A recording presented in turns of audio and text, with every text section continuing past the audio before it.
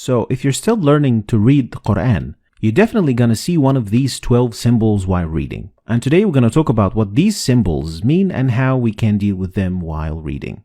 We're going to start with the first one. And it's a symbol that looks like meme. And it means you must stop while reading. Otherwise, the meaning of the ayah or the verse will change. So in this example, you should stop at the symbol by reading إنما يستجيب الذين يسمعون والموتى يبعثهم الله ثم إليه يرجعون. So we have to stop at the symbol of meme. Next is the symbol of la, and it is the exact opposite, which means you can't stop. Like in this example. ما أنفقوا منا ولا أذى لهم أجرهم عند ربهم. So you can't stop here, and especially you can't start reading from after the sign. The three-dotted symbol means you can't stop at either of them, but you have to stop at one and not the other.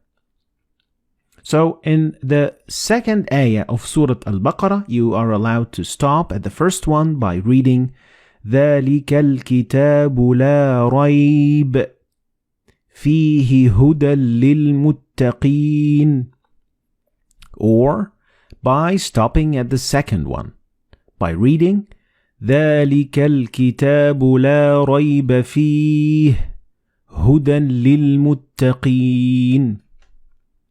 Next is the symbol that looks like the word sil, and it means you better keep going. You could basically compare it to 70% go, 30% don't go, and it means that it is better to keep reading. Like in the example, كَلَّا لَيُنبَذَنَّ فِي الْحُطَمَةِ. Next is the symbol of qil, which is the exact opposite of sil, and it means it is better to stop. So 70-30% to stop or to go. Like the example, وَأَيَّدْنَاهُ بِرُوحِ الْقُدُسِ أَفَكُلَّمَا جَاءَكُمْ رَسُولٌ. So it is better to stop at the sign. Next is the sign of Jim, and Jim gives you 50-50 percentage of going on stopping. They are equally the same. Like in the example, فَسَبِّحْ بِحَمْدِ رَبِّكَ وَاسْتَغْفِرْهِ إِنَّهُ كَانَ تَوَّابًا. Or you could just keep reading and it would be equally good. فَسَبِّحْ بِحَمْدِ رَبِّكَ وَاسْتَغْفِرْهُ إِنَّهُ كَانَ تَوَّابًا.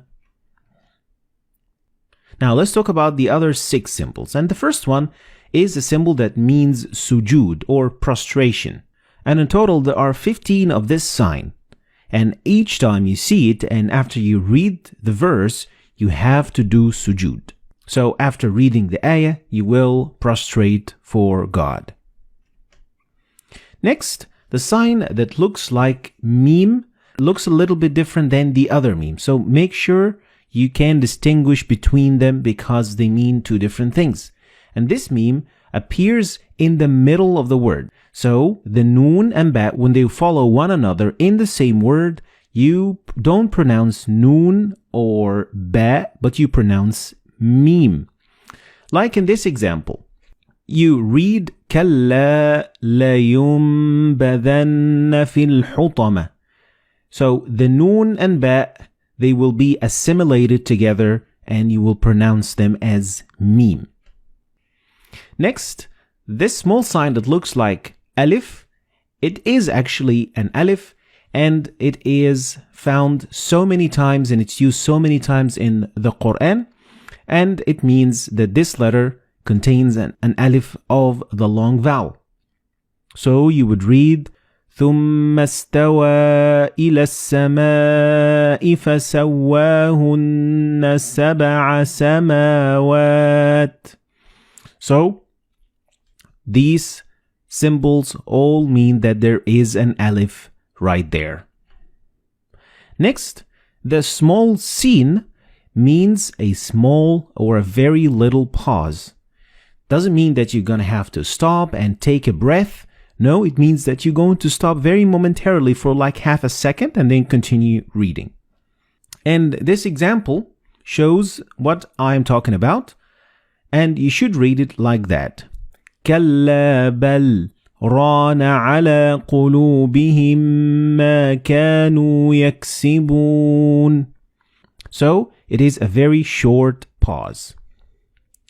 Next is the sign of med, and it is a very common sign in the Quran, and it means that you need to extend the pronunciation of alif to a little bit longer than usual.